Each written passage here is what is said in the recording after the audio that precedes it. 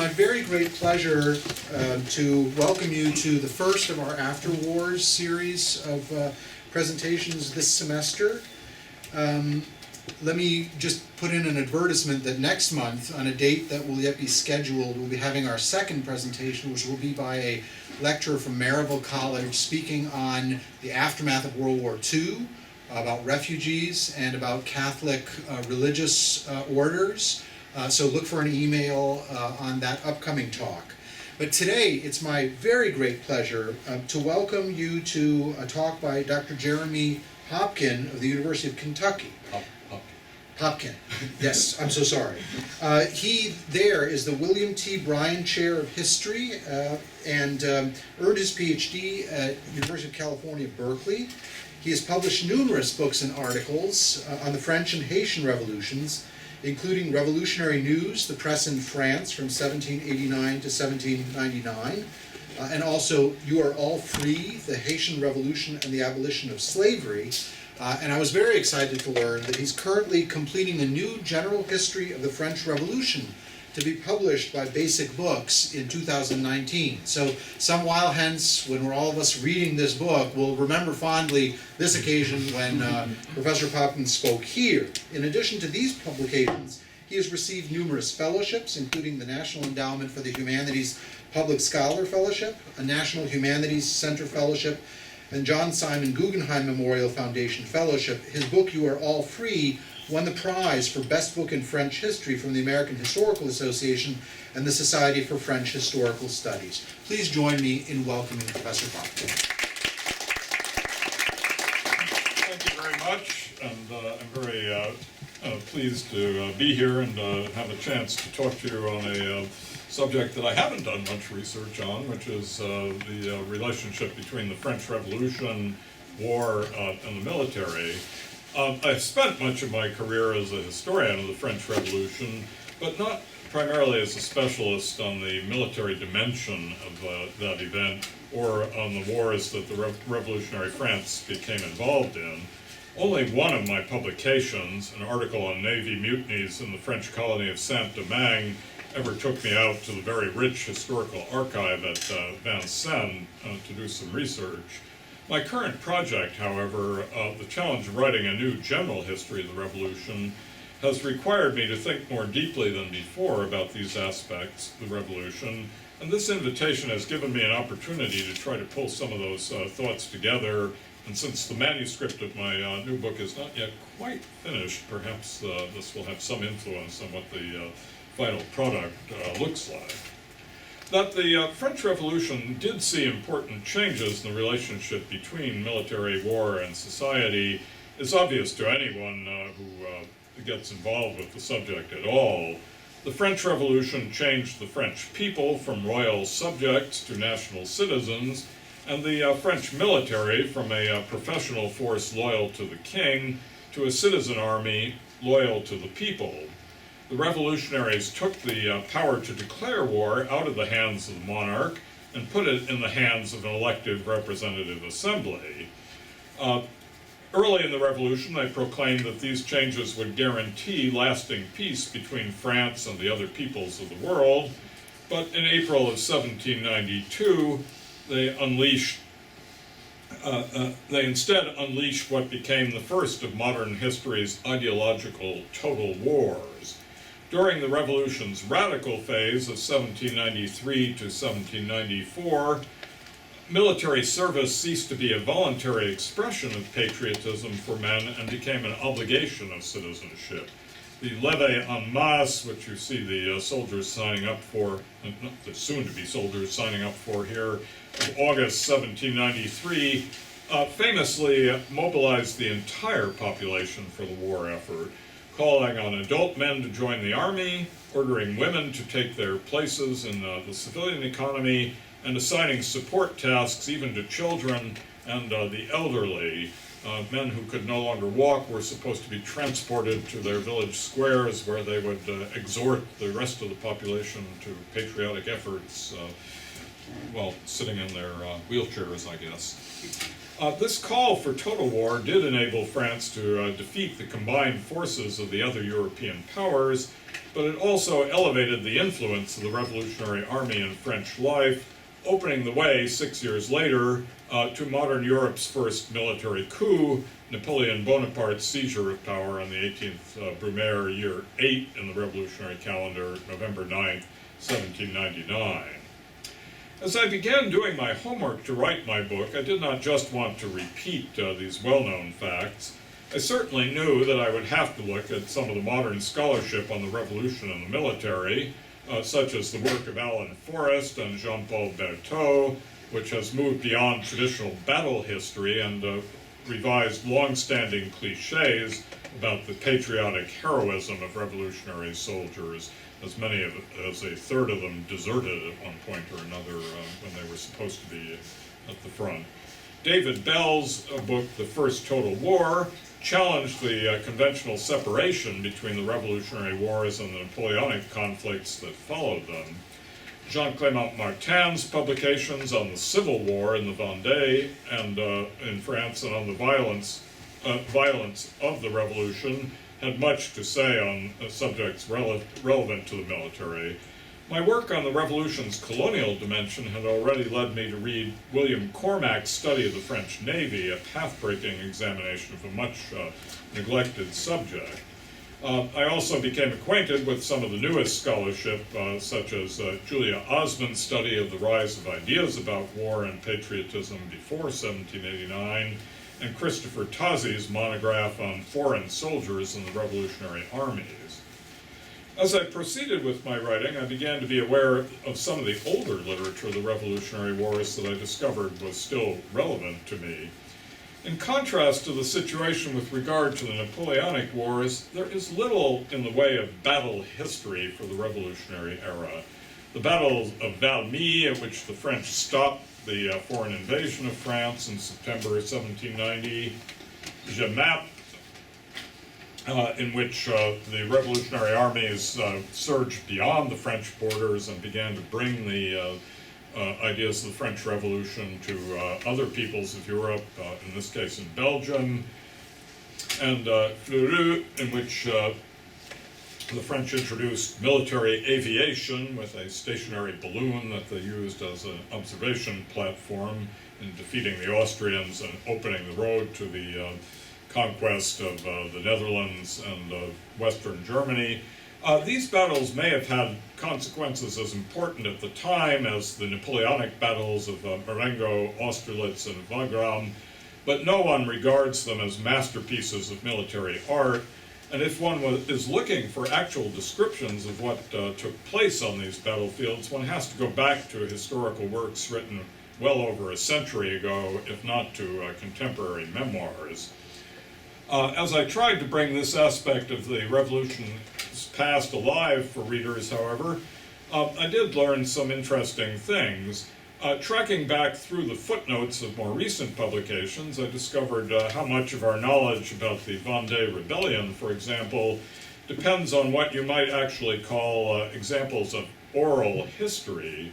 The Vendée Rebellion was largely a war fought by peasants who were mostly illiterate, but priests in that region of France after the Revolution often collected stories from the soldiers who had fought in this movement on behalf of the Catholic Church and the King and wrote them down, and some of them give fascinating details.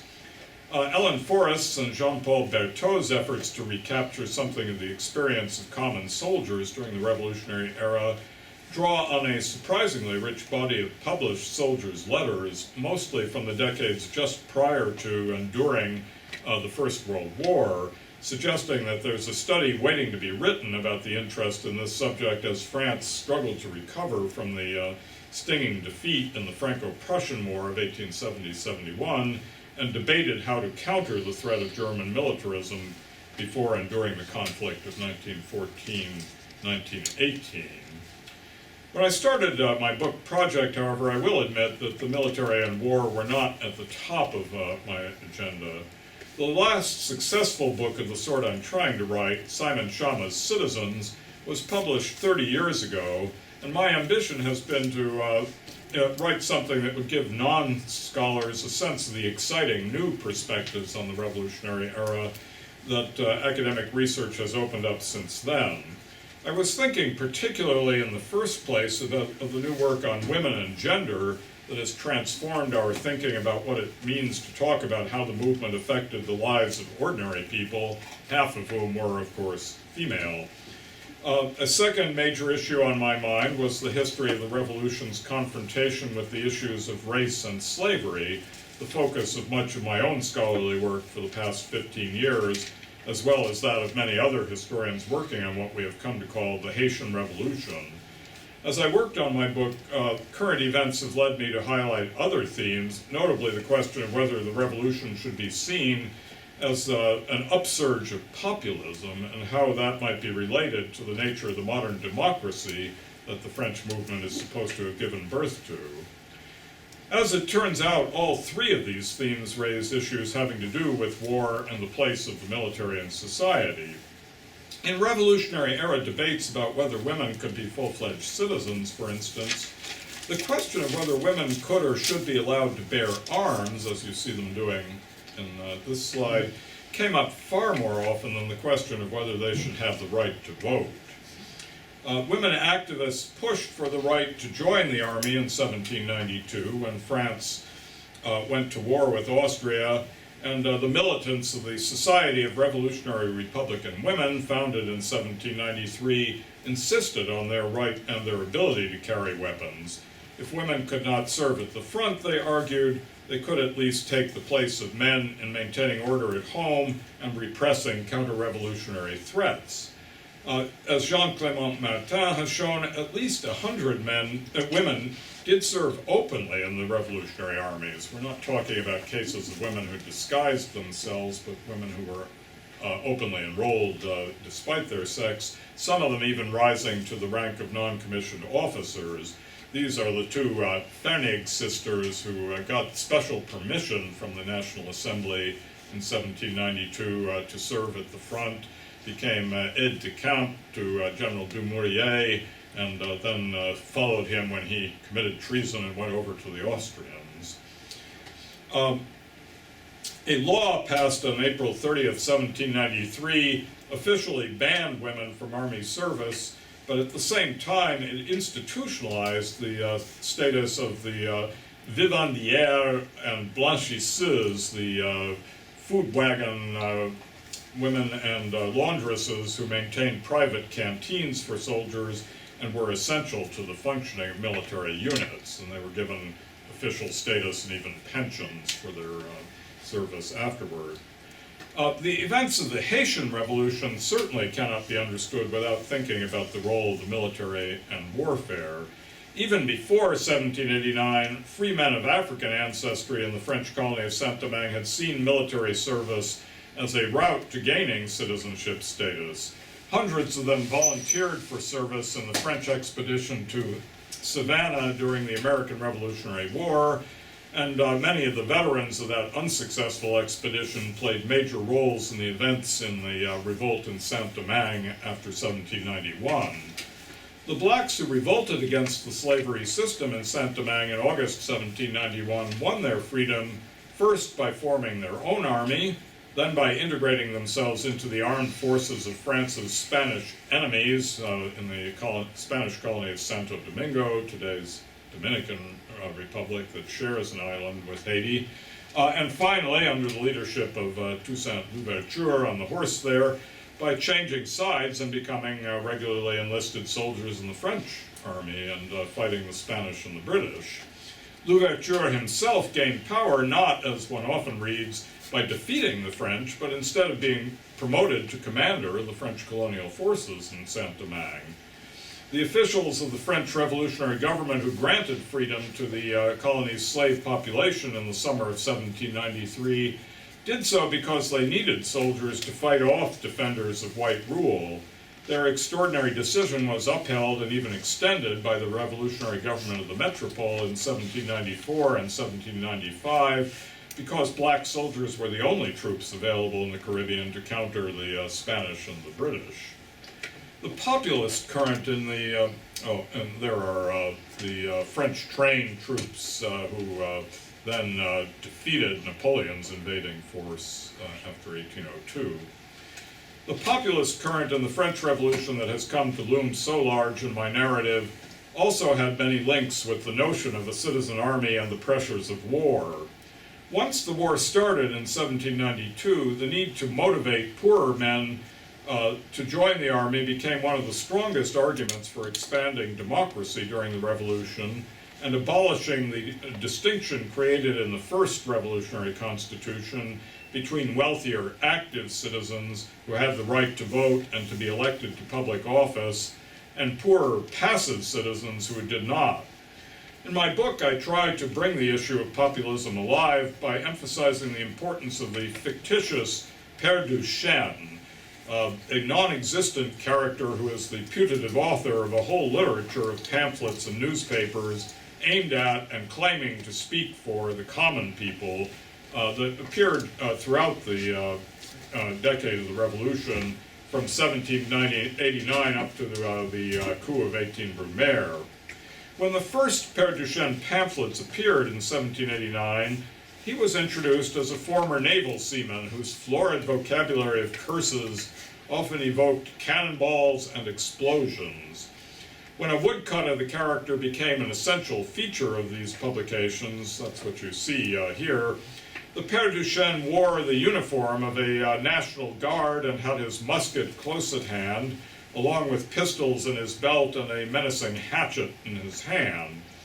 The Revolutionary War Ministry lavishly subsidized the most successful of the Père Duchesne newspapers, that of the ambitious populist politician Jacques-René Hébert, and one of the populist demands Hébert propagandized for most vociferously was the creation of a revolutionary army, a force separate from the regular army, to combat domestic rebels and intimidate farmers into turning over their grain at a government-set price.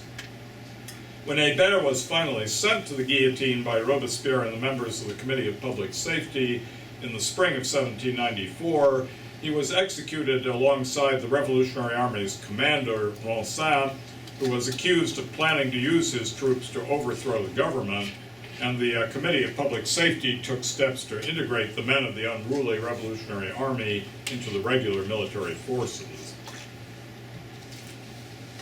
The examples I have cited show that no aspect of the French Revolution can be understood without attention to the role of ideas about military service, about the impact of combat, and about struggles for control of the military. Although the Declaration of the Rights of Man, the founding charter of the Revolution, makes no explicit mention of the military, concerns about these topics were central to the revolutionary explosion of 1789 and to every subsequent stage of the movement. When we think about 1789, we think, of course, of the storming of the Bastille on the 14th of July, 1789. That event was a military engagement in which a mixed crowd of civilians and rebellious soldiers overwhelmed a small detachment of professional troops doing their duty of defending a royal fortress. Equally important, perhaps even more important, however, was an event that occurred the previous day, July 13th, when an improvised city council decreed the creation of a citizen militia, or garde bourgeoise, soon to be named the Garde Nationale, or National Guard. This was the germ of a new kind of army, a military organization made up of and responsible to the citizens, not to the king. It represented a transformation of the role of the military in French society, one that would affect every aspect of the dramatic events of the next 10 years until the most successful product of that revolutionary army, Napoleon Bonaparte, used military force to seize control of the government.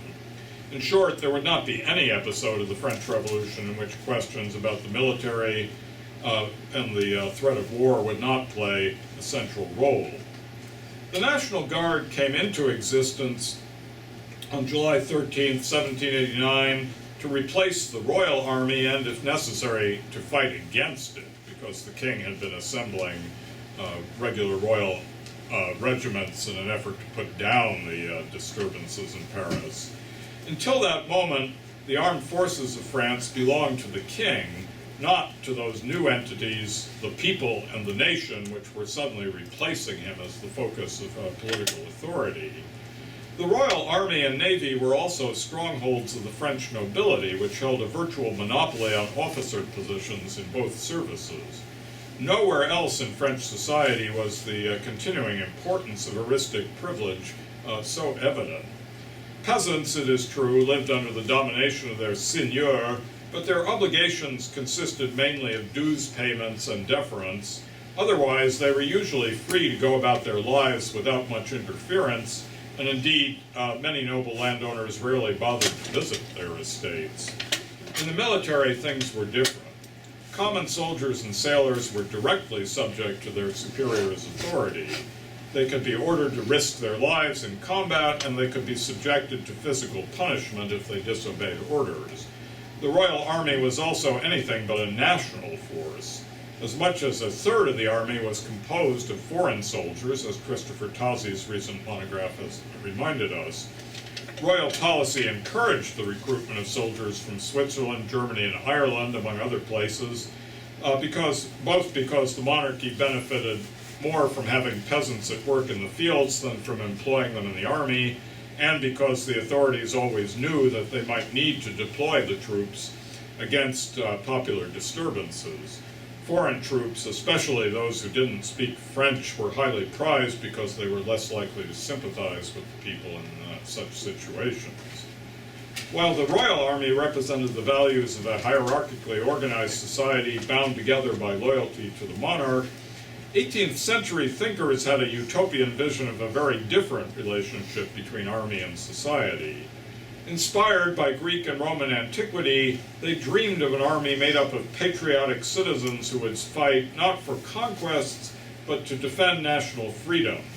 In his best-selling Persian Letters, the philosophe Montesquieu imagined a virtuous agrarian community whose entire population, including women, would be ready to abandon their civilian occupations to courageously resist any foreign invader. Implicit in this vision was the idea that existing European armies served the ambition of rulers, not the needs of their peoples, and that the aristocratic monopoly on officer positions was unjustified. While Enlightenment writers were often critical of war, they also saw that conflicts fought by patriotic citizen armies might become more extreme than those undertaken by monarchs. Kings could combine combat with negotiation as they traded territories back and forth, but a people fighting for its freedom could not compromise with its enemies. The National Guard that was hastily created on July 13, 1789, had elements of a citizen army. Membership in it was open to and potentially obligatory for all male citizens, although the question of who really counted as a citizen immediately became a contested one. The purpose of the Guard was twofold. On the one hand, to protect the people's freedom from the Royal Army, which the king had summoned to put down the revolutionary movement, and on the other, to protect social order against the populace, the lower orders whom owners of property suspected of being always ready to plunder and destroy. The unsuccessful effort to quash the revolutionary movement that led to the storming of the Bastille had highlighted the danger the foreign regiments posed to national freedom. The regiments summoned to Paris in the days before July 14th were precisely those composed of foreign troops. The Parisians, whose clamor for arms and ammunition to defend themselves led to the assault on the Bastille, were a mixture of all classes of the population, creating one image of what a national militia should look like. In the minds of the educated men who made up the newly established National Assembly, however, membership in the National Guard ought properly to be limited to respectable owners of property who had a tangible stake in the maintenance of order. The conflict between the reality of the common people's role on Bastille Day and the limited place they were originally accorded in the new military force foreshadowed one of the major divisions that would make the new revolutionary order so unstable. Whereas it had been clear before 1789 who controlled the military and what its place in society was, the revolution created a highly volatile situation in which the old military existed alongside the new People's Army, the National Guard, and in which the composition and functions of the National Guard were highly contested. An important recent volume, collected volume by French scholars on the National Guard between nation and people in arms reminds us that service in the National Guard was perhaps the most common way in which French men participated in the revolutionary movement, more so than voting or holding political office. And the National Guard came to shape the new revolutionary national culture. Among other things, it is National Guardsmen who spread what became the national anthem of revolutionary France, the song of the Marseillaise, which was originally sung by a militia unit from Marseille as they marched from the south of the country up to Paris and then to the frontier in 1792. As this illustration shows, the National Guardsmen were very close to the rest of the citizens in patriotic observances and spreading patriotic symbols, and the distinction between National Guards and citizens was a very fluid one. This was particularly highlighted in 1790 by the movement known as the Federation Movement. The Federation Movement started as a series of spontaneous celebrations by units of the National Guard in small rural towns, which were also opportunities to threaten so-called aristocrats who were trying to defend their feudal rights. These local manifestations developed into occasions for National Guards to assemble on a regional basis, in which thousands of men in uniform with their guns would come together to stage patriotic ceremonies. The newly installed revolutionary authorities became quite nervous about what might happen when so many armed men, many of them from the lower classes, came together to swear oaths to liberty and equality. The movement also threatened to undermine discipline in the regular army, as soldiers clamored to participate in these festivals while their aristocratic officers tried to prevent them from joining the National Guards. The fact that the National Guards were actually better paid than the regular army was another source of grievance for the regular troops. The Great Paris Federation Festival, held on the first anniversary of the storming of the Bastille, was a carefully calculated event, tightly controlled by the Revolutionary Assembly in Paris and by the National Guard's commander, General Lafayette, in which representatives of the regular army were carefully integrated with representatives of the National Guard to emphasize that both forces shared a common loyalty to the nation, the law, and the king, as the oath they all took put it. Radical critics, such as the extremist radical journalist Marat, recognized the maneuver that was going on here. He said they have taken this patriotic movement of the citizen National Guards and turned it into a reaffirmation of the authority of the king and the regular army, and he urged good citizens not to participate in it. But as you can see, a crowd estimated at 500,000 at a time when the population of Paris was barely larger than that, assembled for this ceremony. A focus on the issues raised by the revolution in the military also helps sharpen our understanding of the ways in which distrust between nobles and commoners undermined any possibility of implementing the revolution's egalitarian reforms during the early years of the movement.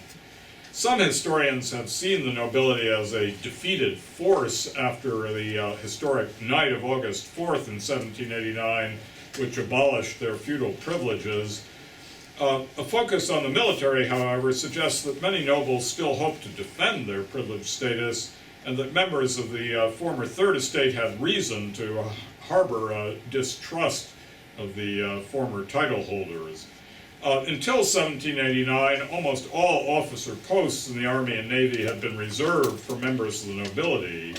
This privilege was valued especially by poorer noble families who were determined to ward off competition from men of the Third Estate.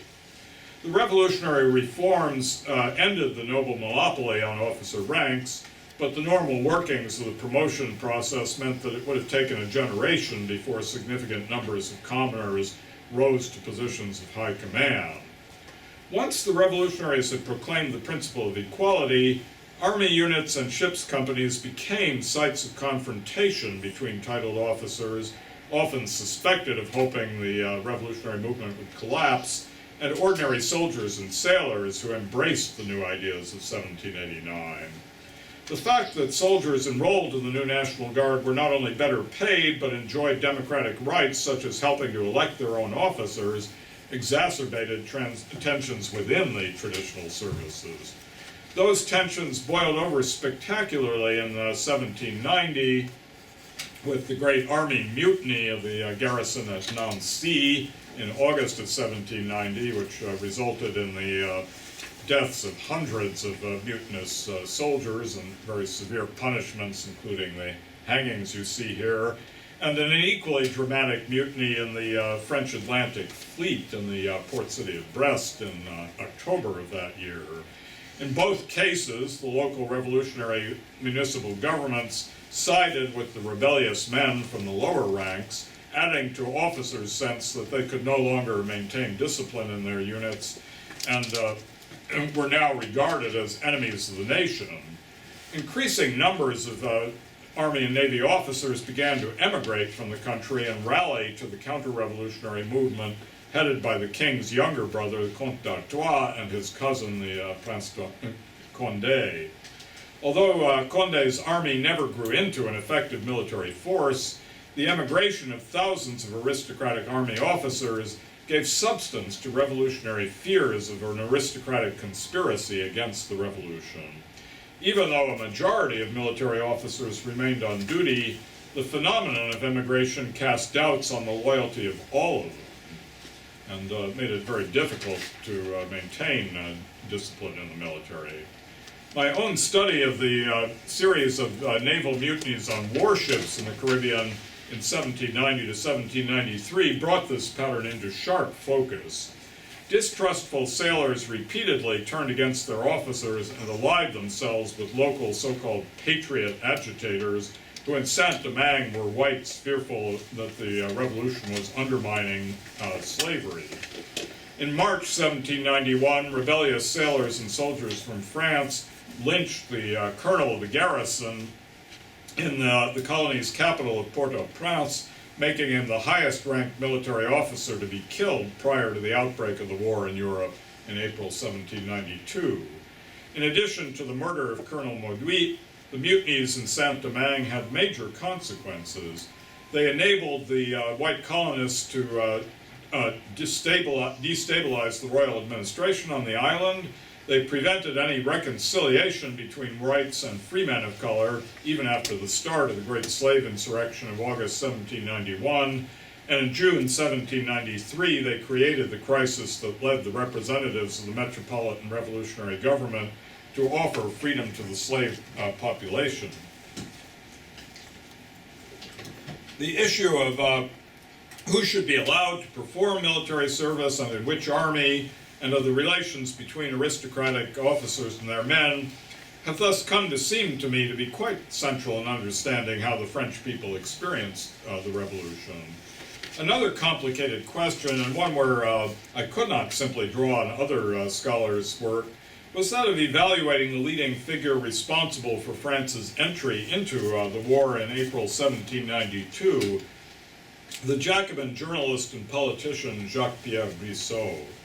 The leader of the revolutionary faction called the Girondins, who briefly took the limelight from mid-1791 to mid-1792 before falling victim to Robespierre and the more radical Montagnard group, Brissot has always been a polarizing figure.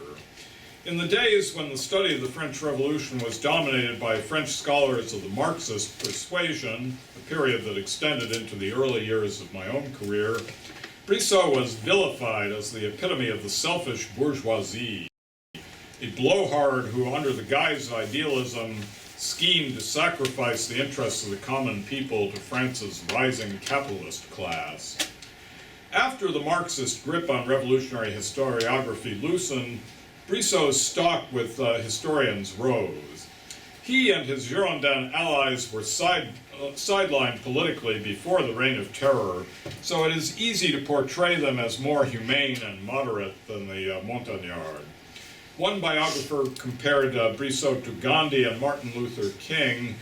In Jonathan Israel's controversial volume, Revolutionary Ideas, Brissot and his quondam ally, the philosopher Condorcet, are elevated to something like sainthood, credited with inventing all the positive aspects of modern democracy. My own research on the revolutionary debates about slavery also put Brissot in a more positive light. He was the founder in 1788 of the Society of the Friends of the Blacks, the first abolitionist group in France. And although I came to realize that he always cautiously stopped short of demanding the immediate abolition of slavery, he was nevertheless tireless and consistent in denouncing racial prejudice and opposing the powerful colonial lobby that pushed to make sure that revolutionary France, like the revolutionary United States, protected the interests of slave owners. This was a campaign, incidentally, that put Brissot in opposition to much of France's capitalist class. This is for those leftover Marxists. Bankers who financed plantation purchases, slave traders who shipped Africans to the colonies, and French manufacturers who supplied the colonial market all strenuously opposed Brissot's campaign. I knew, of course, that Brissot was famous for having advocated the declaration of war against Austria in many thunderous speeches delivered in the Jacobin Club, which you see here, against Robespierre, the act that started what David Bell has characterized as Europe's first total war. Every textbook mentions his exchanges with Robespierre, who famously answered Brissot's assurances that other peoples would rise up and join the French, with the prescient warning that, quote, no one loves armed missionaries. But it was only when I really read Brissot's many speeches on the war, trying to grasp the logic of his arguments so that I could explain them to readers, that I became fully aware of how completely obsessed he became with the issue and how extreme his arguments were. For Brissot, war was truly a holy cause. A people which has conquered its freedom after 12 centuries of slavery needs a war to consolidate itself, to test itself, to show that it is worthy of freedom, he insisted. Such a war is a sacred war, a war ordained from on high, and like the heavens, it will purify our souls. War would promote the cause of equality. By mixing men in ranks, elevating the plebeian, bringing down the proud patrician, war alone can make all equal and regenerate souls. When Brissot was making these arguments, Louis XVI was still on the throne, but the thought of plunging into conflict with a man he regarded as a traitor as commander-in-chief did not deter Brissot. We need great betrayals. They will save us, for powerful doses of poison still exist in France, and it will take strong explosions to expel them. Brissot left it to his close ally, the Genevan banker Clavière, to add that the war would be economically beneficial, since Clavière claimed it would put an end to foreign-backed speculation against the revolution's paper currency, the assignat. Nowhere in Brissot's many encomiums to the virtues of war did he bother to mention that in war people get killed. Brissot was not alone in his reckless bellicosity. Just as it pained me to have to acknowledge how passionately he advocated the war, I also had to acknowledge that Madame de Staël, who recent scholarship has quite justifiably elevated to the first rank among the revolutionary period's thinkers and writers, and to whom I have given an appropriate amount of space as one of the most important female figures in the revolutionary story, was among the war hawks. Her reasons were not nearly as idealistic as Brissot's. She was above all eager to promote the career of her lover at the time, the Count Narbonne, a handsome but not particularly intelligent nobleman whom she managed to get appointed as war minister just when the war debate was at its height. If one regards the decision to plunge revolutionary France into war in April of 1792 as the moment when any hope of establishing a moderate constitutional monarchy and avoiding the violent polarization that led to the Reign of Terror was lost, it's painful to have to concede that so many figures whom we would like to admire for many reasons nowadays played a major role in lobbying for it. This does not necessarily mean that we should cast the opponents of the revolution in a better light, as David Bell sometimes does in his first Total War. The revolutionaries' bitter opponent, Marie Antoinette, for example, whose historiographical fortunes have risen somewhat in recent years. There have been a number of somewhat sympathetic accounts of her, in part in reaction against the vicious misogynist campaign waged against her by the revolutionaries, deserves credit for understanding better than Brissot the risks of the war. I don't need to go on at length to show how absurd this policy is, she wrote secretly to an Austrian representative. Without an army, without discipline, without money, we are the ones who are going to attack. Nevertheless, she strongly urged Louis XVI to take this gamble in the hope that the French army would quickly collapse when confronted with disciplined professional troops, and that the powers of the royal family would then be restored. Recent scholarship by Thomas Kaiser and others has vindicated the assertions made at the time by Brissot, among others, and shown that the Queen was indeed the center of an Austrian committee that plotted to plunge France into war with the expectation that the enemy would win. The story of how revolutionary France went to war in 1792 then is a cautionary tale for on both sides of how historical figures with whom one might otherwise want to be sympathetic made fatal miscalculations that came back to destroy them. Another aspect of the revolution that I've had to grapple with has had to do with the threat that powerful generals posed to the principle of representative government that was so central to the movement's claims. Under the system of the monarchy, the military was certainly an important institution, but the threat of a coup d'etat staged by an ambitious general was almost non-existent. From the start of the revolution, however, its participants were haunted by historical memories of Julius Caesar, and above all, as it turns out, Oliver Cromwell, portrayed in the histories of the time as an ambitious military leader who used his army to seize power during the English Revolution of the 17th century. Louis XVI himself was an enthusiastic reader of the English historian David Hume's History of the English Revolution, in which Cromwell, of course, plays a very major role. Lafayette's position as commander of the National Guard from 1789 to 1791 made him the first figure to be widely denounced as a potential Cromwell. His willingness to order the National Guard to fire on peaceful demonstrators in the so-called Massacre of the Champ de Mars in July 1791 only increased suspicions of him. Lafayette lacked the determined temperament to make a real bid for power, however, but in August 1792, after the violent overthrow of the monarchy, when he was commanding one of the French armies on the frontier, he did attempt to persuade his troops to march on the capital to oust the Jacobins. When his soldiers refused to obey him, he went over to the Austrians, a smart move that kept him from falling victim to the Reign of Terror. He certainly would have been executed if he had still been in France. The distrust of generals and the recognition of the danger they posed to the revolution, however, was brought much more sharply into focus by the behavior of the revolution's first celebrity general, Dumouriez.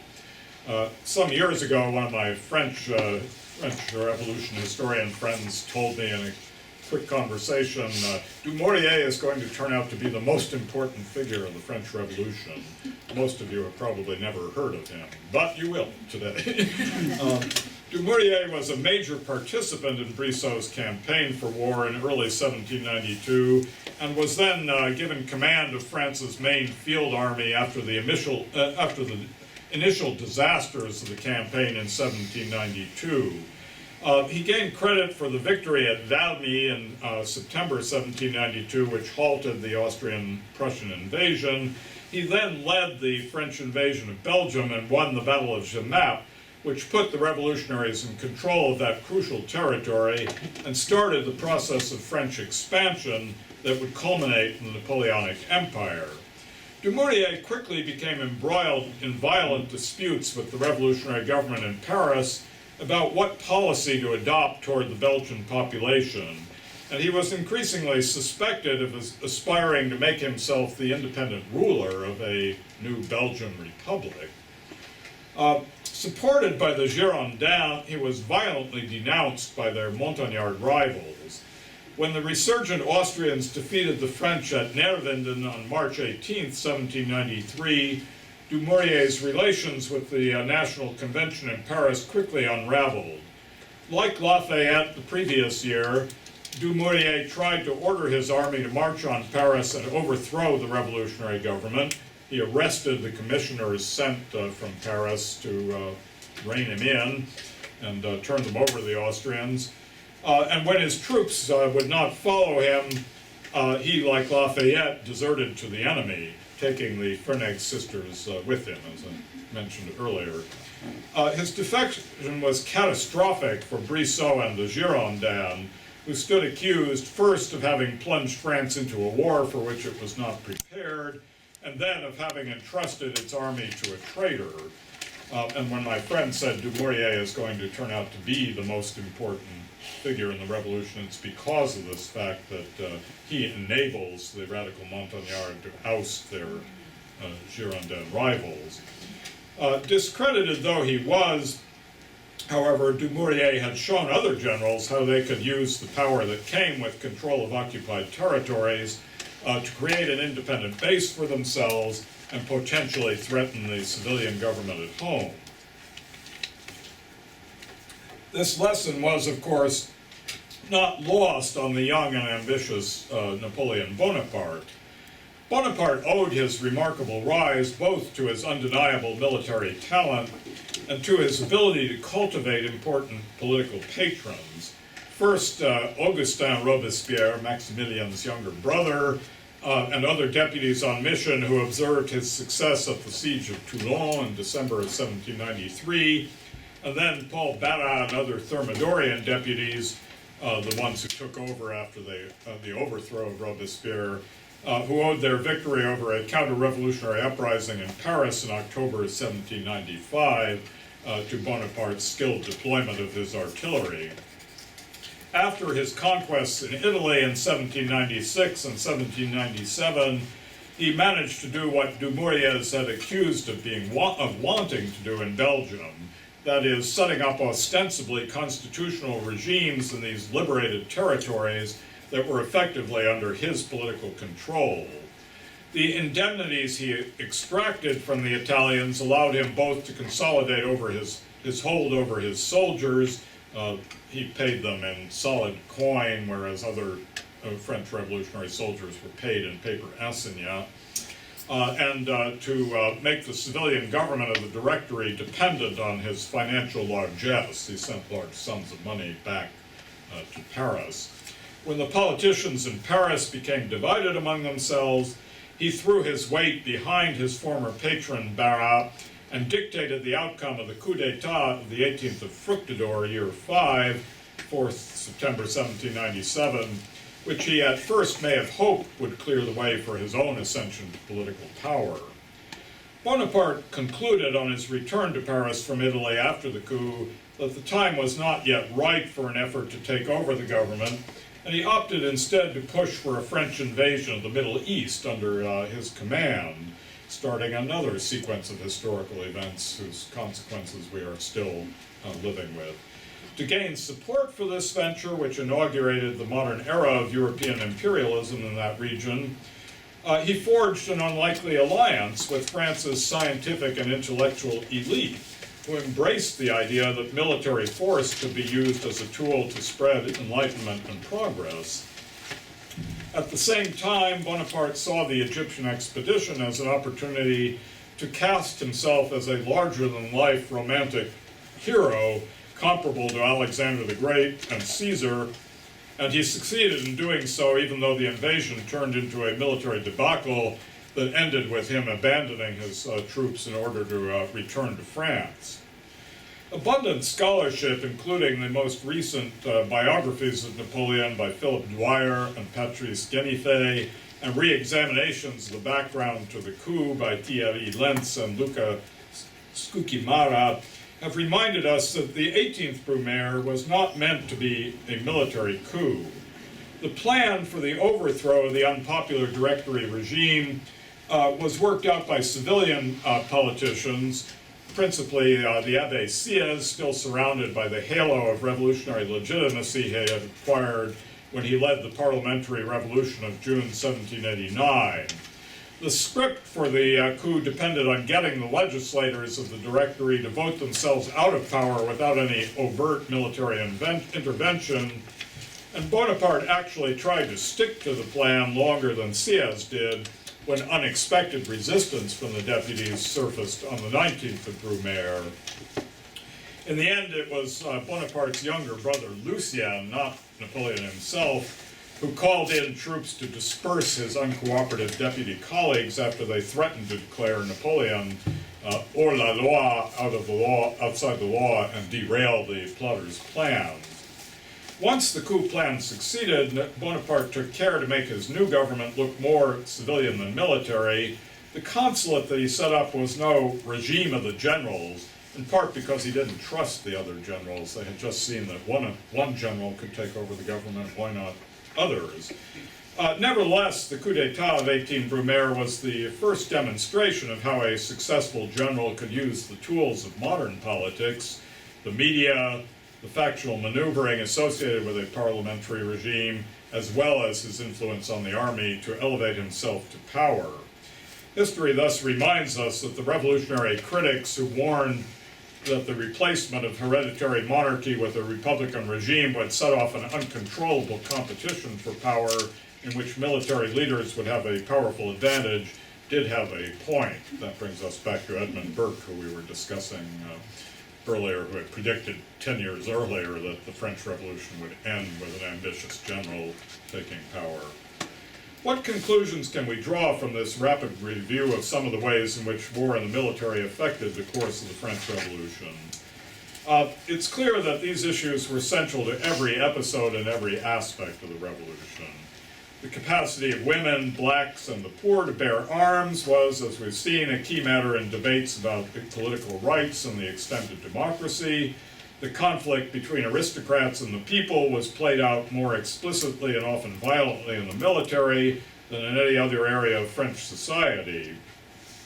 The positions that leading figures from Brissot and Robespierre to Madame de Staël and Marie Antoinette took in the debate about war in 1792 are a major consideration in how we judge their conduct during the revolution. The careers of the revolution's ambitious generals, from Lafayette to Bonaparte, demonstrate that the movement's legacy includes not just our modern notions of republican government and democracy, but also the model for modern-style military coup d'etat. The story of the French Revolution is, of course, more than simply a story of soldiers and warfare.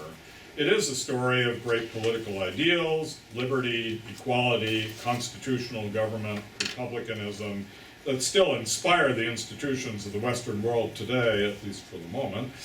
At its heart is also a painful confrontation over the relations between church and state, which I haven't mentioned here, a conflict that many historians have seen as central to understanding the movement.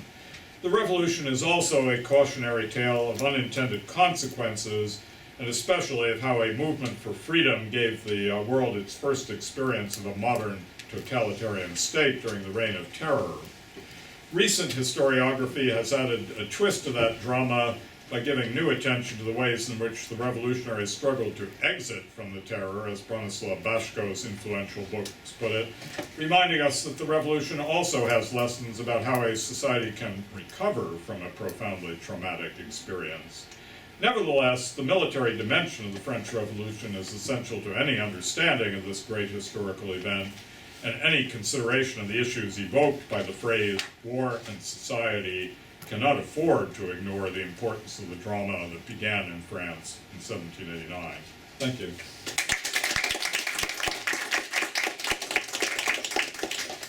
Professor Popkin has kindly agreed to take some questions. Thank you very much for your presentation, Professor. I was wondering if you could speak more to this point you raised that I found very fascinating, where the intellectual elite were kind of co-opted into this idea of military service. Because as a German historian with like the Sonderweg hypothesis, it's mostly seen as Prussia and Germany kind of forcing their elites to work for the military, but really French military technology in the 19th century was kind of seen as the best in the world. And could you speak more to that point? Yeah, it reminds us not to trust professors to always be on the right side in debates about war. The expedition to Egypt, I would argue, well, not just me, but other historians, is the first colonial venture that is justified in the name of spreading reason and progress and science to backward parts of the world. All earlier European colonization had been justified either in terms of spreading Christianity or in terms of the profit it was going to make for European countries, not for the benefit of the people who were going to be occupied. And that had a great appeal to the philosophers and thinkers of France during the Revolutionary period. Most of them were strongly supportive of the kind of conservative republic that emerges after Robespierre is overthrown. They saw themselves as having a mission to enlighten the French people, and why not the people of the rest of the world too. And Napoleon is very shrewd about seizing this opportunity. When he comes back from Italy, he makes it his business to go speak to the so-called Institut de France, which is this institution that gathers all the leading thinkers of France, male thinkers at any rate. And he flatters them outrageously that he's come to sit at their feet and learn from them. And many of them are very they really are bedazzled by this idea of going to Egypt, creating a kind of rational republic there, and also the chance to be the first to study the Egyptian antiquities, which were still largely unknown at the time. Many of you know, I'm sure, that the French find the Rosetta Stone, which eventually allows the reading of the hieroglyphics on the Egyptian monuments. So Napoleon takes several hundred pointy-headed intellectuals with him to Egypt, and they have a fine time, studying it. So this is one case where the push for war really involves the intellectual elite. Yeah, there was another hand there. Thanks for your talk, Professor Popkin. So I thought I heard you use the term populism. You did. Okay, good. Yes. And the sense I got with how you're using that term is sort of the grassroots, bottom-up, groundswell movement. And it occurred to me that for Americanists and maybe for some Europeanists, that the term populism has a much more particular valence, referring to this broader Manichaean worldview. Yeah.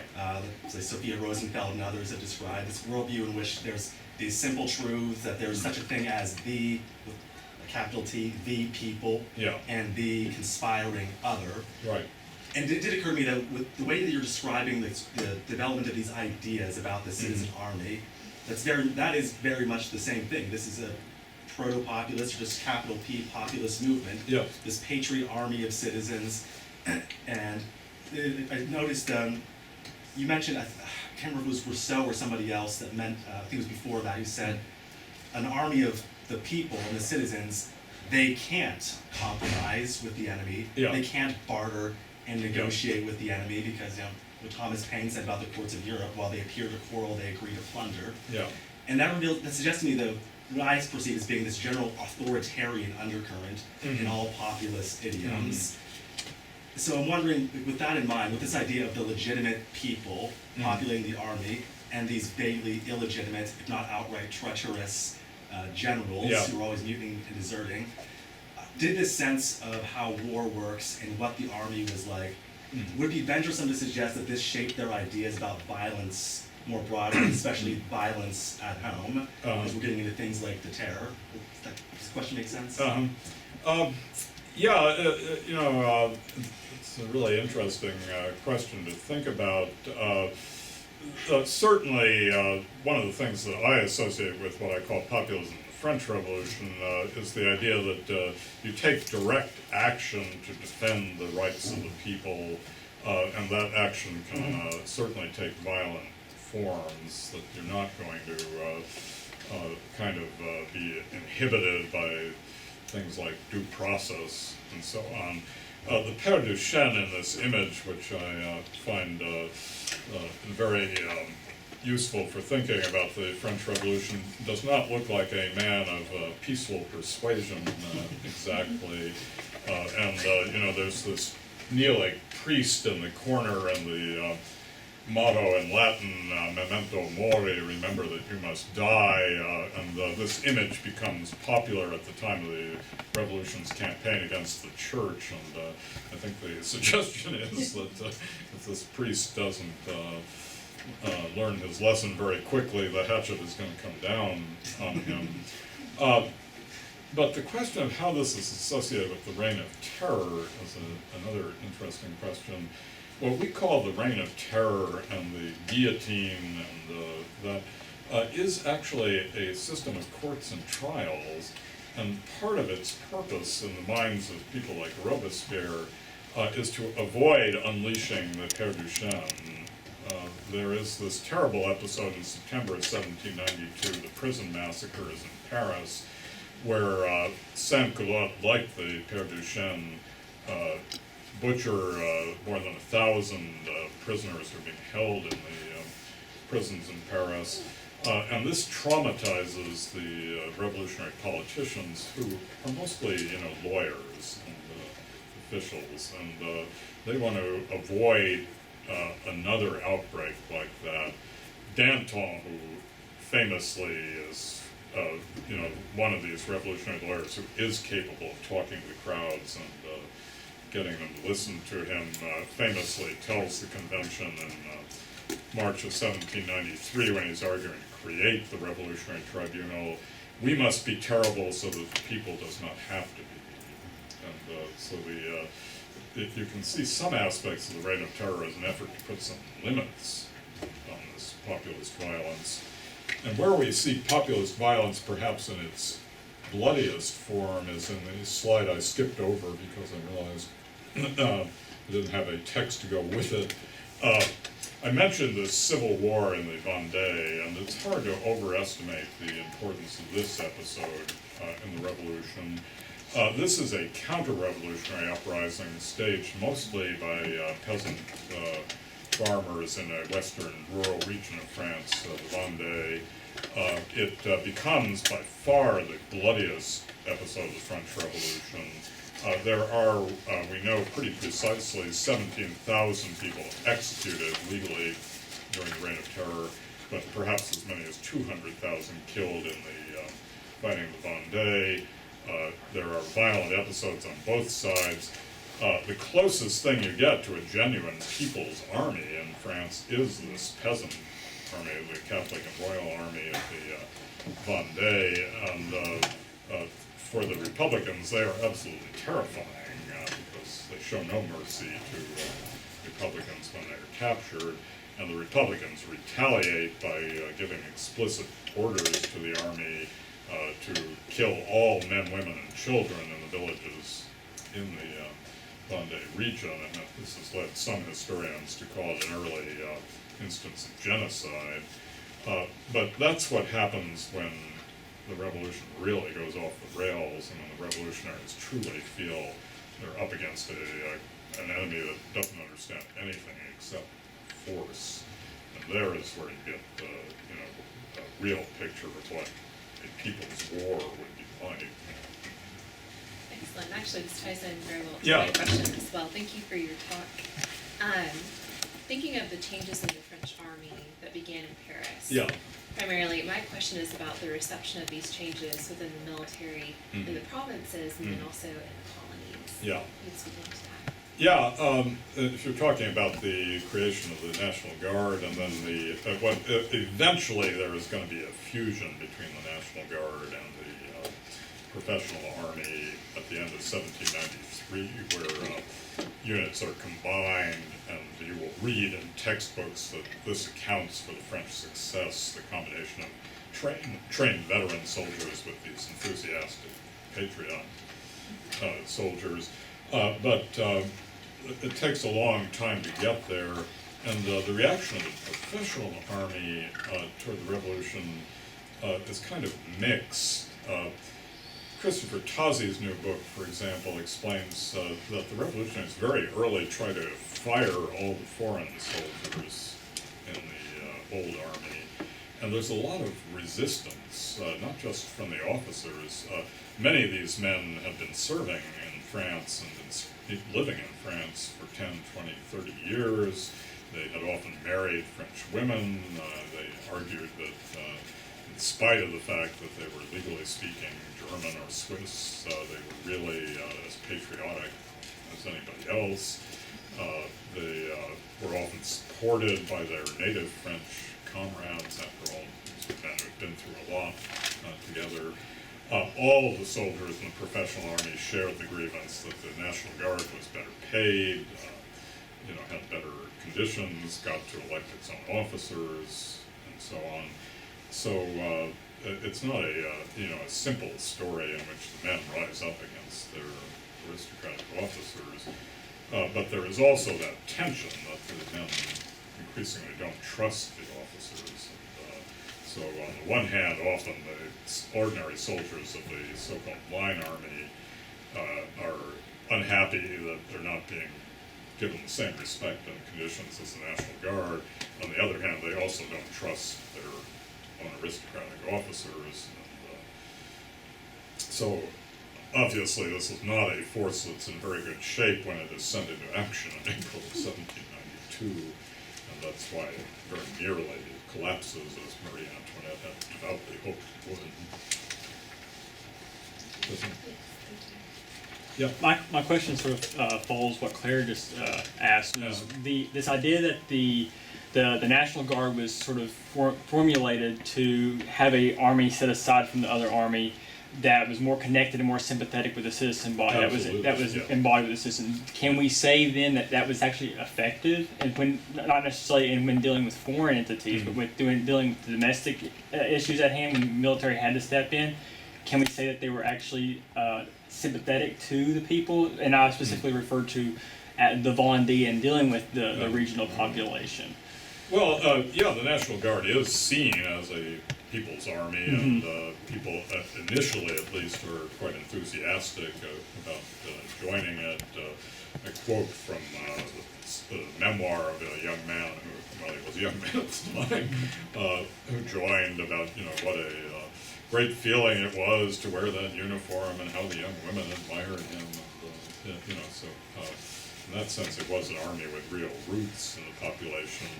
But it could equally well, as I mentioned in talking about the Federation festivals, strike the authorities as a sort of element of lower class danger to the established order. You give all these guys guns, and there's no telling what they're going to do with them. So, Time maybe for one last question?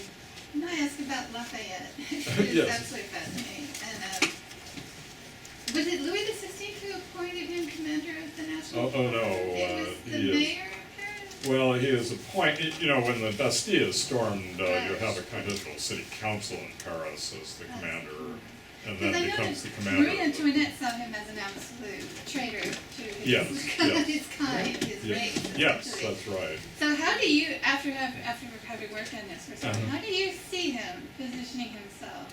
Well, he's a rather enigmatic figure to me. He certainly sincerely supports many of the ideals of the revolution. He had served, of course, in the American Revolution and brought this enthusiasm for liberty back.